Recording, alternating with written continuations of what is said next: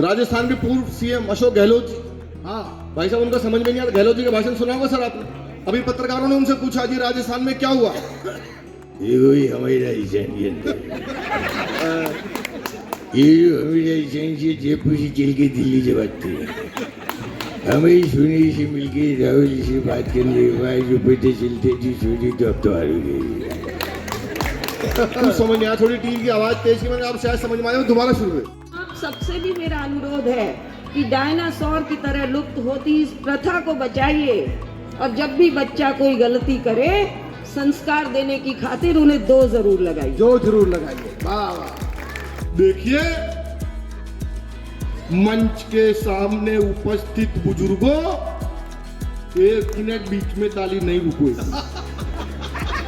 दिल्ली के करोल बाग स्थित राम वाटिका में श्री रामायण प्रचार समिति ट्रस्ट द्वारा 14वां वार्षिक उत्सव एवं होली मंगल मिलन समारोह धूमधाम से आयोजित किया गया। कार्यक्रम में करोल बाग के विधायक विशेष रवि सहित अनेक गणमान्य अतिथि एवं प्रख्यात हास्य कवि उपस्थित रहे। हास्य कवियों ने अपनी प्रस्तुतियों से श्रोताओं को मंत्रमुग्ध कर दिया और होली के उल्लास को और भी जीवंत बना दिया।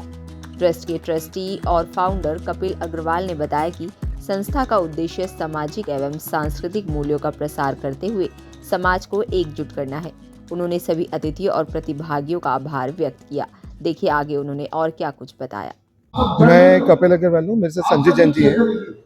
हम रामायण प्रचार समिति के फाउंडर और ट्रस्टी हैं, और रामायण प्रचार समिति हमारी बहुत ही सामाजिक और धार्मिक कार्यों के अंदर इन्वॉल्व रहती है, जिसके अंदर हम हर महीने कम्युनिटी डिनर करते हैं, और साल के अंदर हम 2 से 3 बड़े हेल्थ कैंप लगाते हैं, जिसके अंदर कैंसर डिटेक्शन बेस्ड होते हैं हमारे, जिसके अंदर हम गरीब लोगों को फ्री में इलाज करवाते हैं, और सारा उसके अंदर हम आंखों के जो मोतियाबिंद की ऑपरेशंस होती हैं वो भी करवाते हैं, और इसके अंदर हम सामूहिक विवाह, और इसके अंदर हम धार्मिक यात्रा भी करवाते हैं लोगों को।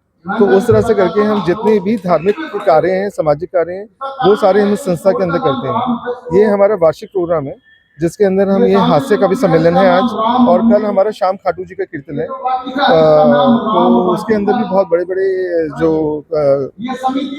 कलाकार हैं वो आके यहाँ परफॉर्म करेंगे, और आज हमारे काफ़ी बड़े हमारे कवि आए हुए हैं यहाँ पे, जो सारे इस प्रोग्राम को परफॉर्म कर रहे हैं। कब से अगर मैं कार्यक्रम की बात करूं, कब से आप आयोजन करके आ रहे हैं और कितने लोग हो गए हैं इसमें आप लोग? हम ये प्रोग्राम लास्ट 18 साल से कर रहे हैं, और ये हमारे इस प्रोग्राम के अंदर 1500 से 2000 आदमी रहते हैं। जैसे कपिल भाई ने बताया, रामायण प्रचार समिति समाज सेवा के निरंतर कार्यों में लगी हुई है। राष्ट्र सेवा, समाज सेवा, सनातन सेवा, हिंदू सेवा, और जो भी कमजोर वर्ग है, तबका है, उसके लिए हमेशा खड़े रहना। हम निरंतर इस 14-18 वर्षों से इसी सेवा में लगे हुए हैं। धार्मिक कार्यक्रम में मुख्य उद्देश्य लोगों को जोड़ना, एकता, राष्ट्र की सेवा करना और सनातन को आगे बढ़ाना है। सबसे पहले तो मैं अपने दर्शकों को, श्रोताओं को आपके माध्यम से जो देख रहे हैं उनको बहुत बहुत होली की शुभकामनाएं देना चाहता हूं। श्री रामायण प्रचार समिति रामजस रोड, यहाँ करोल बाग का ये क्षेत्र है, और भगवान श्री राम जी का मंदिर पीछे है। इस अवसर पर एक हास्य कवि सम्मेलन रखा गया है, जो कि होली के अवसर पर अक्सर रखती हैं ये संस्थाएं, लेकिन इसमें 2 भाव हैं। एक तो हमारे त्योहार होली का रंगोत्सव है, रंगोत्सव का पर्व है, और दूसरा क्या है कि ये धार्मिक संस्था है, तो धार्मिकता का जो प्रवाह है, सनातन का जो प्रवाह है, उसको कहीं ना कहीं हर्षोल्लास के साथ मनाने का ये जो संकल्प है। हमारे कपिल अग्रवाल जी हैं, और बाबूजी हैं कृष्ण कुमार अग्रवाल जी, और अपने सभी संस्था के जो महत्वपूर्ण सदस्य हैं, तो उन्होंने ये कार्यक्रम यहाँ होली के अवसर पर, मेरे ख्याल में पहली बार कवि सम्मेलन रखा गया, पहले होता रहा है, दूसरी बार किया है कवि सम्मेलन। तो इस कवि सम्मेलन के माध्यम से हर चीजें, एक तो हास्य व्यंग की बात होगी, कुछ देशभक्ति की बात होंगी, और जो कॉन्टेम्परेरी जो समाज में चल रहा है, देश दुनिया में चल रहा है, कवियों की ये होता ही है, कुछ ना कुछ नई चीजें लाते हैं और बोलते हैं। मैंने कभी कहा कि नए युग की कहानी का जो परिवर्तन का समय है, जिस तरीके से बदल रहा है, सनातन का प्रवाह मजबूत हो रहा है, उसके किनारे मजबूत हो रहे हैं। हजारों साल के उसके बाद भगवान श्री राम जी का मंदिर बना है, और ये रामायण प्रचार, श्री रामायण प्रचार समिति का कार्यक्रम है। तो मैंने कहा कुछ कि नए युग की कहानी का नया उल्लास लिखना है, दिलों की धड़कनों पे प्यार का एहसास लिखना है, और बदलते वक्त की आहट सुनी तो सांस यूं बोली, हमें भारत की धरती पर सुखद मधुमास लिखना है। तो सुखद मधुमास लिखने का, और ये जो होली जो आती है, हम सभी जानते हैं कि ये वसंत पंचमी गई पीछे और वसंत को सब मतलब एक तरह से है वसंत ऋतु का वो चल रहा है। वसंत ऋतु में शीत ऋतु जाती है, ग्रीष्म ऋतु आने वाली होती है, दो बीच का समय होता है, उस समय आती है तो उल्लास उमंग प्रकृति के अंदर ही होता है। और जो लोग हमारे शरीर में भी हमारी चेतना जो है उस वो अनुभव करती है। और ये फागुन का महीना जैसे होता है तो उसमें एक अलग तरीके का उल्लास होता है, प्रकृति में भी उल्लास होता है और प्रकृति, हमारा शरीर भी प्रकृति से ही बना हुआ है तो उसमें भी एक उल्लास होता है। उल्लास को और हर्षोल्लास में उत्सव को महोत्सव में बदलने का एक संकल्प है संस्था का, और उसमें ये हास्य कवि सम्मेलन रखा गया है जिसमें देश के वरिष्ठ कवि संतोष आनंद जी, जिनके बहुत सारे गीत हैं, एक प्यार का नगमा है, मौजों की रवानी है, जिंदगी की ना टूटे लड़ी, प्यार कर ले दो घड़ी दो घड़ी, और बहुत सारे ऐसे प्रसिद्ध गीत हैं।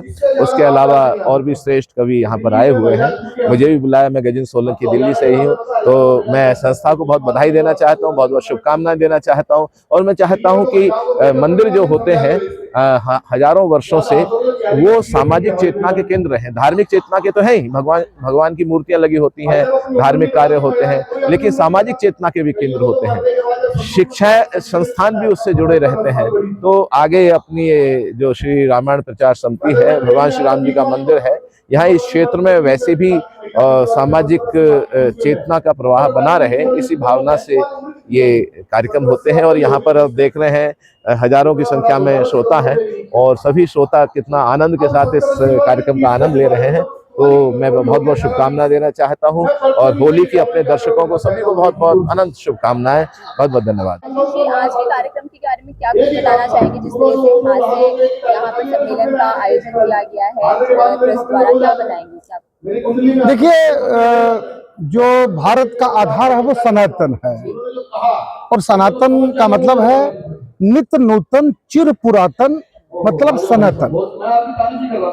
और सनातन के दो महत्वपूर्ण पर्व है होली और दिवाली। होली के ऊपर और दिवाली में अंतर क्या है? दिवाली पर अमावस्या होती है और हर प्राणी, हर जीव छोटा छोटा दिया जलाकर अंधेरे से लड़ता है। और जब होली होती है तो पूर्णिमा होती है, पूरा चांद आकाश में होता है।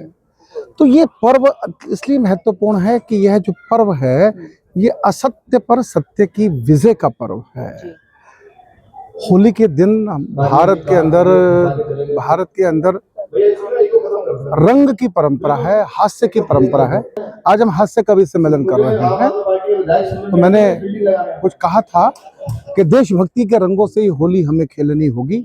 कश्मीर की केसर मित्रों घर घर हमें भेजनी होगी। जाति भाषा मजहब की दीवारों को तोड़ गिराओ, रंगों की इस कीचड़ में से मन मंदिर के कमल खिलाओ। रंग अबीर गुलाल छोड़िए, माटी अपनी ही चंदन है। इस माटी के तिलक लगाकर सबको होली अभिनंदन है। कच्चे कच्चे नहीं चाहिए, पक्के रंग से खेले होली। देश प्रेम के मत वालों की कदम कदम पर होगी टोली।